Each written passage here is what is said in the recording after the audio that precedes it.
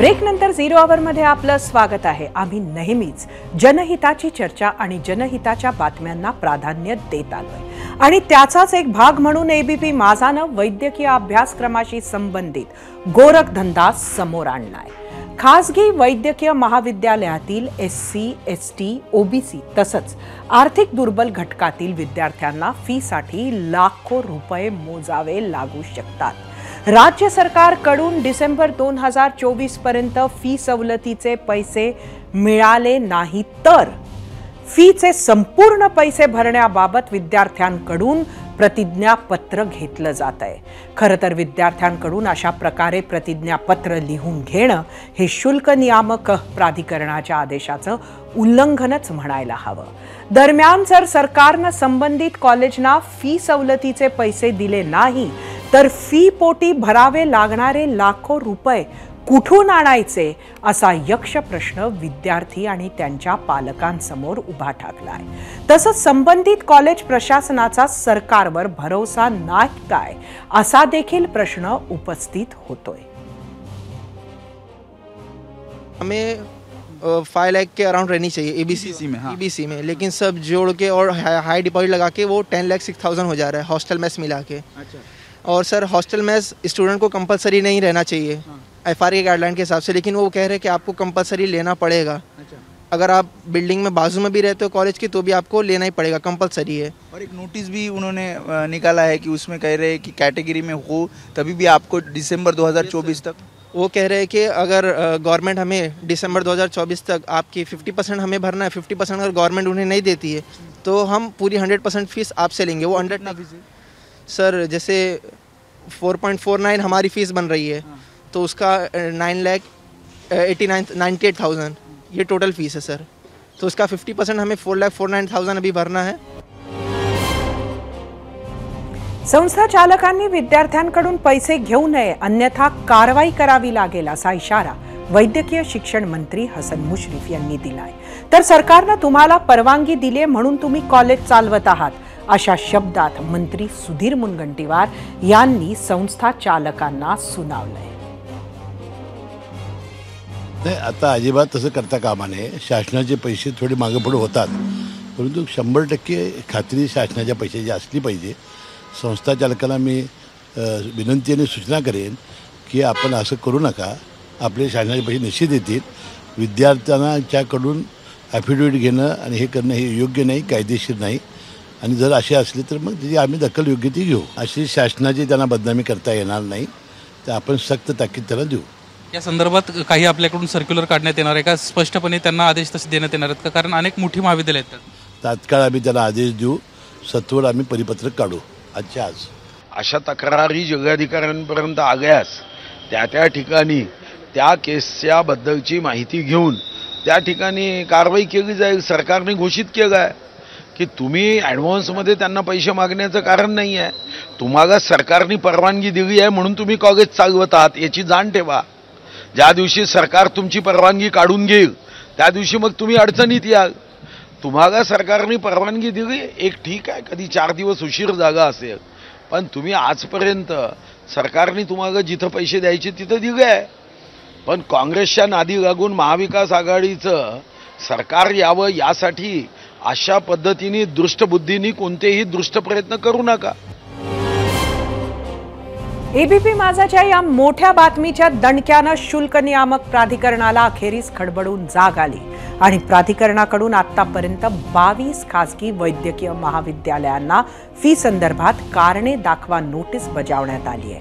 आणि ही कॉलेजेस राजकीय नेते पदमसिंह पाटील, रोहिदास पाटील, काँग्रेसचे माजी खासदार आणि सध्या भाजपात असलेले डॉक्टर उल्हास पाटील, सत्यजित तांबे यांच्यासह विविध पक्षातील अनेक नेत्यांशी संबंधित असल्याचं कळत आहे। फी बाबत विद्यार्थ्यांकडून लिहून घेतलं प्रतिज्ञापत्राची बातमी माझानं दाखवली होती। या बातमीनंतर नोटीस बजावण्यात आलेल्या 22 पैकी 7 खासगी वैद्यकीय महाविद्यालयांनी कारणे दाखवा नोटिसीला ईमेलद्वारे उत्तर दिलंय। केवळ एवढंच नव्हे तर खासगी वैद्यकीय महाविद्यालय विद्यार्थ्यांकडून पैसे उकळत असेल तर शुल्क नियामक प्राधिकरणाकडे वेबसाईटवर संपर्क करावा असं आवाहन सुद्धा करण्यात आलंय। आणि बातमीनंतर या सगळ्या महाविद्यालयांचं आता उत्तर यायला सुरुवात झाली आहे.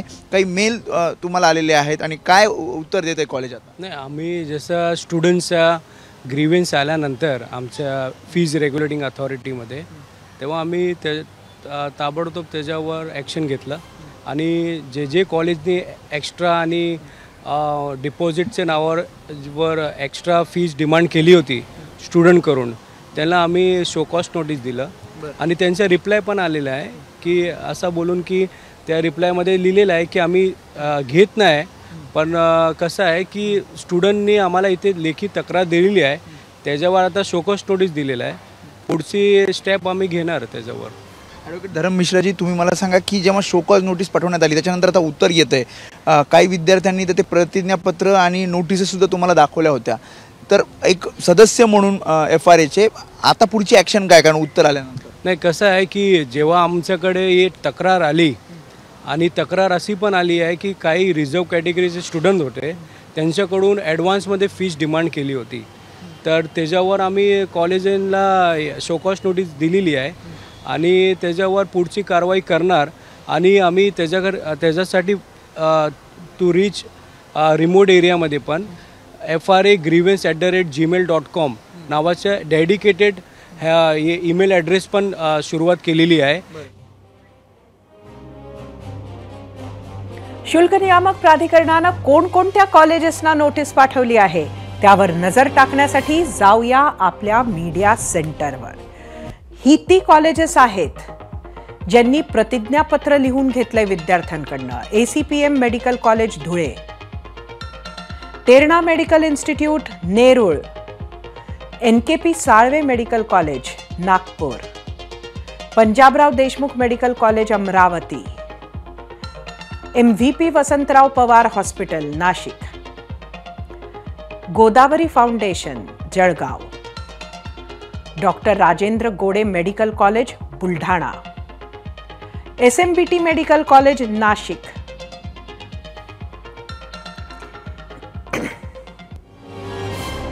ही काही नावे होती. राज्य सरकार जर विद्यार्थ्यांचे पैसे भरत नसेल तर सरकारची आर्थिक नाकाबंदी झाल्याचा आरोप विरोधकांनी केलाय. राज्य दिवाळखोरीकडे चाललेलं आहे. राज्यात प्रचंड उधळण नको त्या कामासाठी हे सरकार करते. इव्हेंट मध्ये प्रचंड पैसे खर्च होत आहेत, जाहिरातीवर प्रचंड पैसे खर्च होत आहेत. पैसे आता तिजोरीत शिल्लकच नसतील अशी माझी शंका आहे आणि त्यामुळं MMRDA, म्हाडा या ज्या वित्तीय संस्था आहेत त्यांची दिवाळखोरी जवळपास जवळ आलेली आहे. मानवतावादी दृष्टिकोनातून ज्या मदती करतो त्याकडेही आता बंदी करण्याचं पाळी ह्या सरकारवर आली आहे. हे द्योतक आहे सरकारच्या आर्थिक पूर्णपणाने नाकेबंदी झाली याचं. या वैद्यकीय महाविद्यालयाचा सरकारवर विश्वासच राहिलेला नाही आहे. सरकार कारण कित्येक देणी 1-1, 2-2, 3-3 वर्ष देत नाही. खरं तर या विद्यार्थ्यांना सगळ्या सवलती, सगळा जो काही फीसचा जो काही वाटा आहे राज्य सरकारने, हा सुरुवातीच्या काळात जून, जुलै, ऑगस्ट महिन्यातच दिला जायचा, पण तो आता काही ठिकाणी तर वर्ष 2-2 असं स्कॉलरशिपचं आहे. योजनांमुळे होतंय, जेवढ्या योजना राज्य सरकार काढते त्याच्यामुळे ताण येतोय. मला असं वाटतं आपण अंथरून पाहून पाय पसरवले पाहिजे. हे शिक्षण मला असं वाटतं महत्त्वाचं. हे शिक्षित झाले ना तर मला असं वाटत नाही कोणत्या योजनेची सरकारला गरज पडेल देण्याची. मला असं वाटतं हे राज्य सरकारचं अपयश आहे, कारण SC, ST, OBC आणि इतर प्रवर्गातल्या विद्यार्थ्यांची फी राज्य सरकार भरतं. राज्य सरकार ते पैसे वेळेत देत नाही. वर्षानुवर्ष हे पैसे थकलेले आहेत आणि विद्यार्थ्यांची सुद्धा याच्यामध्ये कुचंबणा होते आहे. मग मला असं वाटतं की अनेक स्तरावर राज्य सरकार हे अपयश राहिलं आहे आणि याही क्षेत्रामध्ये आम्हाला भीती होतीच.